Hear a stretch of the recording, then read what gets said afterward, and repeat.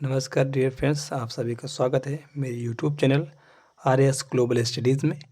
आज के इस सेशन में हम भारत के प्रमुख शास्त्रीय एवं लोक नृत्य का अध्ययन करेंगे। मैंने उन प्रश्नों को इसमें शामिल किया है जो हर बार परीक्षाएं पूछे जा रहे हैं, जो एग्जाम की दृष्टि से बहुत इंपॉर्टेंट है। तो चलिए इस सेशन की हम शुरुआत करते हैं डियर फ्रेंड्स। हम देखेंगे अपने पहले प्रश्न को। भरतनाट्यम की उत्पत्ति किस राज्य में हुई थी? ठीक है, तो ध्यान रखेंगे भरतनाट्यम की उत्पत्ति तमिलनाडु राज्य में हुई थी। इसके कुछ महत्वपूर्ण फैक्ट्स हैं, उससे हम जान लगते हैं। भरतनाट्यम नृत्य की उत्पत्ति सादिर से हुई है। ठीक है डियर्स, ध्यान रखिएगा। सादिर एक प्रकार का तमिलनाडु के मंदिरों में किए जाने वाला देवदासियों के द्वारा नृत्य है। ठीक है, देवदासियाँ क्या होती हैं डियर फ्रेंड्स? तो देवदासी वह होती हैं जो धर्म के नाम पर मंदिरों को दान कर दिया जाता है। स्त्रियाँ होती हैं जो अपना सारा जीवन मंदिर में रहकर बिताते हैं भगवान के नाम पर। ओके डियर्स, उन्हें हम देवदासी कहते हैं, जो कि एक प्रथा रही है। इस नृत्य की अन्य सभी नृत्य शैलियों को जननी भी माना जाता है, तो इसको भी आप नोट डाउन जरूर कीजिएगा। इसका ध्यान रखिएगा कि यह एकल समूह, ठीक है, द्वारा ही प्रस्तुत किया जाता है विशेषकर, और यह भरत मुनि के जो नाट्य शास्त्र है उससे यह लिया गया है। ठीक है, कौन सा? तो भरतनाट्यम। तो इसलिए Tamil Nadu is the correct answer. Okay dear friends, हम अगले प्रश्न को देख लेंगे। निम्नलिखित में से कौन सा यूनेस्को द्वारा मान्यता प्राप्त नृत्य का एक रूप है? ओके, तो ध्यान रखेंगे ये हमारे पास कालबेलिया नृत्य है। ठीक है, ध्यान रखिएगा, बहुत महत्वपूर्ण है। कालबेलिया कई बार परीक्षा में पूछा जा चुका है। अब देख लीजिए आरआरबी, एसएससी। ठीक है, ओके डियर्स। इसे वर्ष 2010 में संयुक्त राष्ट्र शैक्षिक, वैज्ञानिक और सांस्कृतिक संगठनों ने विश्व विरासत सूची में शामिल किया। Okay dears. इसके साथ ही कालबेलिया नृत्य कालबेलिया समुदाय के पारंपरिक जीवन शैली को या अभिव्यक्ति को दर्शाता है, तो इसको बहुत महत्वपूर्ण है, आप ध्यान में रखिएगा। कालबेलिया नृत्य केवल महिलाओं के द्वारा किया जाता है, जबकि पुरुष इसमें वाद्य यंत्र बजाते हैं। ओके डियर्स, तो इसलिए कालबेलिया। Okay dears. अगला है हमारे पास, निम्न में से कौन सा नृत्य मुख्य रूप से भगवान जगन्नाथ को समर्पित है? तो ध्यान रखेंगे मणिपुरी नृत्य, शास्त्रीय, कथक, ओडिसी। तो यहाँ पर आपका ओडिसी जो है वो भगवान जगन्नाथ को समर्पित है। Okay dears. इस नृत्य का संबंध देखिए उड़ीसा से है। Okay dears.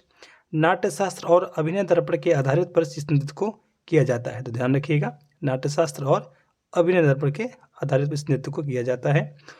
ओडिसी नृत्य का जन्म मंदिर में नृत्य करने वाली देवदासियाँ, जैसा कि अभी हमने पहले ही बता दिया, देवदासी के द्वारा किया जाता था। बाद में यह प्रचलन में आया। इसके साथ ही ब्रह्मेश्वर मंदिर के शिलालेखों में तथा कोणार्क के सूर्य मंदिर के केंद्रीय कक्ष में इस नृत्य का उल्लेख मिलता है। ध्यान रखिएगा, वहाँ के जो शिलालेख हैं उनमें आपको जो है ये ओडिसी नृत्य का शिलालेखों में विवरण मिल जाएगा। Okay dears. अपने अगले प्रश्न को हम देख लेते हैं।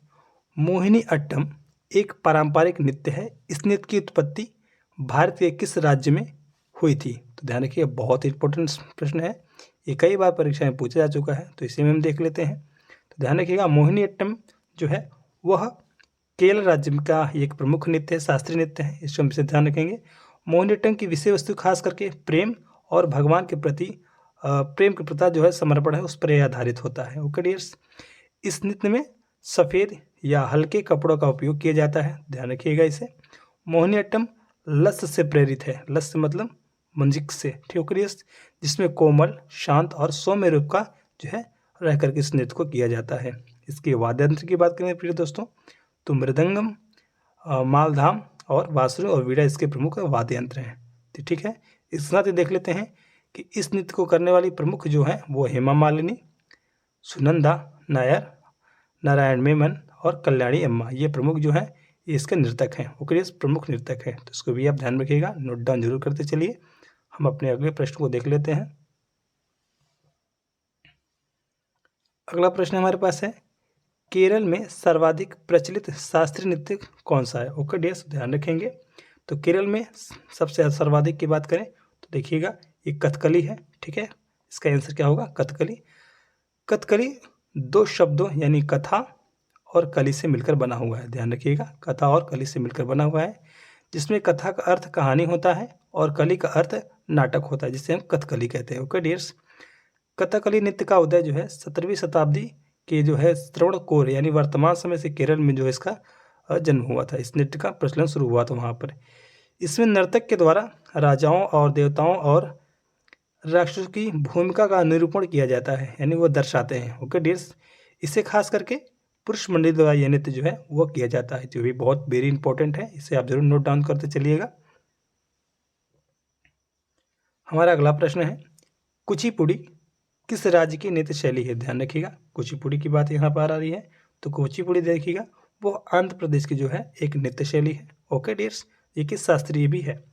कुचिपुड़ी नृत्य का नाम आंध्र प्रदेश के कृष्ण जिले के कुचेलुपुरम गांव के नाम पर रख पड़ा है। ध्यान रखिएगा इसे, तो गांव ये विशेष है कुचेलुपुरम। ओके डियर्स, यह भगवत पुराण की कहानी पर आधारित नृत्य किया जाता है। ठीक है, उसमें कई कथ उपकथाएं होती है, उसके आधारित पर यह है कुचिपुड़ी नृत्य किया जाता है। कुचिपुड़ी नृत्य केवल पुरुषों द्वारा ही किया जाता है, ये भी आप इसे विशेष रूप से ध्यान में रखिएगा। इसलिए आंध्र प्रदेश का जो है वह है करेक्ट आंसर होगा। ओके डियर्स, अगले प्रश्न को देख लेते हैं। अगला प्रश्न हमारे पास है, निम्नलिखित में से उत्तर प्रदेश का शास्त्रीय नृत्य कौन सा है? ध्यान रखिएगा, शास्त्रीय नृत्य की पूछा है, तो ध्यान रखिएगा जो उत्तर प्रदेश का शास्त्रीय वो है Kathak. Dear students, Kathak. Okay, अब बात करते हैं कथक के कुछ मेन फैक्ट्स की। तो लखनऊ घराने के ईश्वरी प्रसाद को कथक का जो है जन्मदाता माना जाता है। ध्यान रखिएगा, ईश्वरी प्रसाद को। ओके, यह मुख्य रूप से एक मंदिर या गांव का प्रदर्शन था। बाद में से जो है नर्तक प्राचीन ग्रंथों की कहानी को सुनाते करते थे। ओके डियर्स, इसे भगवान श्री कृष्ण द्वारा भी किया गया था, इसलिए इस नृत्य को हम जो है कथक नृत्य को हम नटवरी नृत्य भी कहते हैं, क्योंकि इस नृत्य को भगवान श्री कृष्ण ने स्वयं किया था। ओके डियर्स, तो इससे भी आप मेन फैक्ट को याद रखिएगा। ओके,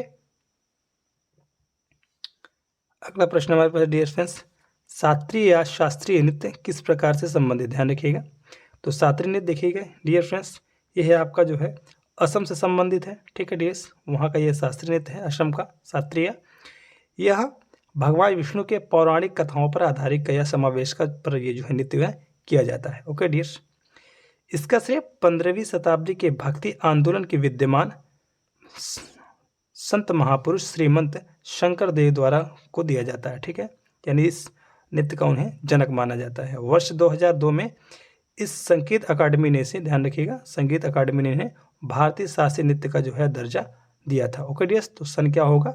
सन 2000 में। ओके डियर्स, ये भी बहुत इंपॉर्टेंट है, आप इसे अपने नोट डाउन करते चलिएगा। हम अपने अगले प्रश्न को देखेंगे। अगला प्रश्न है डियर फ्रेंड्स, शास्त्रीय नृत्य मणिपुरी का संबंध है, किससे संबंध है? देखिएगा, तो मणिपुर का संबंध जिससे नाम से ही पता चल रहा है, तो क्या आंसर क्या होगा?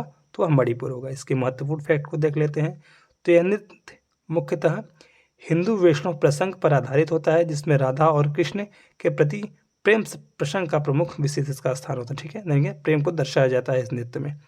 यह नृत्य 18वीं शताब्दी में वैष्णव संप्रदाय के साथ जो है ये विकसित हुआ है उस समय में। ठीक है, विष्णु पुराण, भागवत पुराण तथा गोविंद के रचनाओं से आई विषय वस्तु जो है इस नृत्य का विषय वस्तु प्रमुख के उपयोग में लाया जाता है, तो इसको भी आप ध्यान रखिएगा, बहुत इंपॉर्टेंट है। यानी इन विषयों पर यह नृत्य किया जाता है। ओके डियर्स,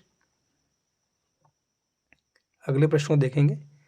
निम्न में से कौन सा लोक नृत्य लक्षद्वीप से संबंधित है? लक्षद्वीप पूछा है, जो कि एक केंद्र शासित प्रदेश है, तो इसे हम देख लेते हैं डियर फ्रेंड्स। तो जो ये होगा वो होगा लावा। ओके, ध्यान रखिएगा, आंसर इज द लावा। इसके फैक्ट को देखेंगे, तो यह मुख्य रूप से लक्षद्वीप के पुरुषों द्वारा किए जाने वाला एक लोक नृत्य है। ध्यान रखिएगा, शास्त्रीय नहीं है।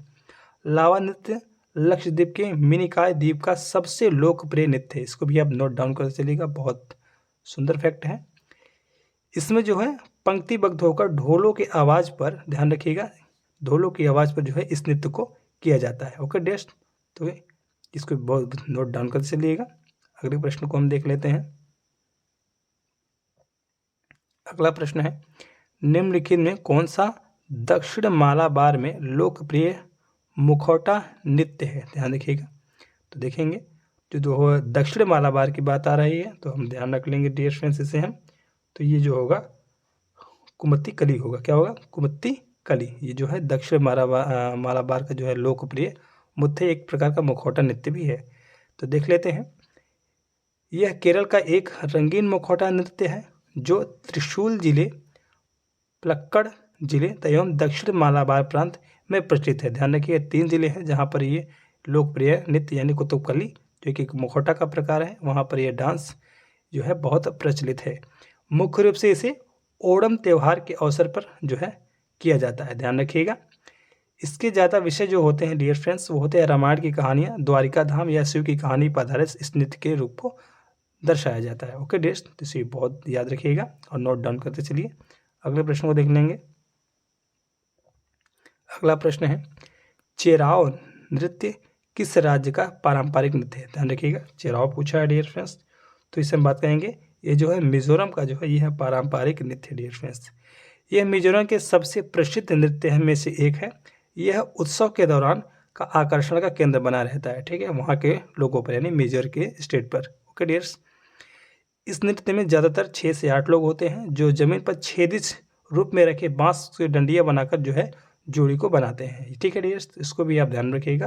तो इसका आंसर क्या होना चाहिए? वह मिजोरम होना चाहिए। ओके, अगला प्रश्न है, पौदास नृत्य शैली में निम्न में से किस राज्य से संबंधित? ध्यान रखिएगा, पौदास के बारे में पूछा गया है।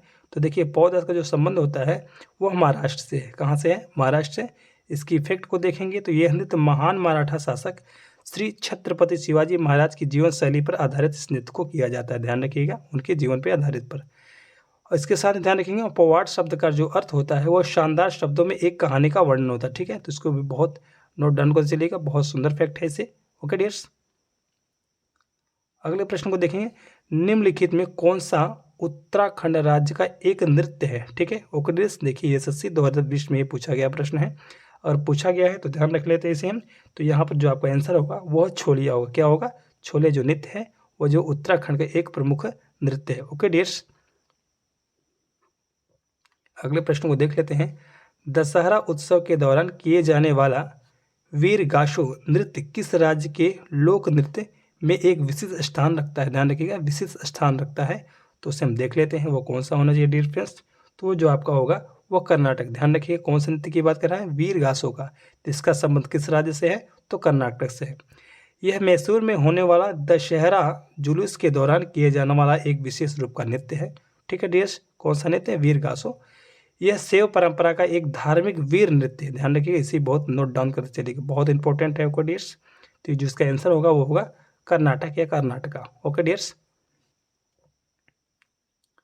अगला प्रश्न है, घेरिया नृत्य किस राज्य से संबंधित है? ध्यान रखिए, घेरिया की बात किया गया है।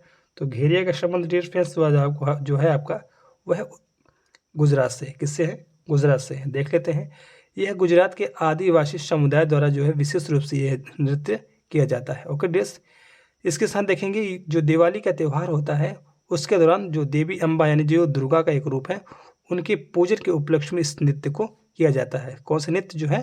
तो घेरिया नृत्य। ध्यान रखिएगा, हाँ वह गुजरात का। ठीक है डियर्स, अगले प्रश्न को देख लेते हैं डियर फ्रेंड्स। अगला प्रश्न बस है, बिरहोर नृत्य किस राज्य का एक आदिवासी लोक नृत्य है? ध्यान रखिएगा, बिरहोर जो पूछा है वो आदिवासी नृत्य किस राज्य का और राज्य आपसे पूछ रहा है। तो बिरहोर जो होगा वो डिफरेंस तो देखिएगा, ये जो जनजाति है वो झारखंड में निवास करती है। तो इसलिए इसका जो करेक्ट आंसर होगा वो होगा Jharkhand. I hope dear friends आपको ये सेशन बहुत अच्छा लगा होगा। मिलेंगे किसी और वीडियो में, तब के लिए डियर फ्रेंड्स नमस्कार।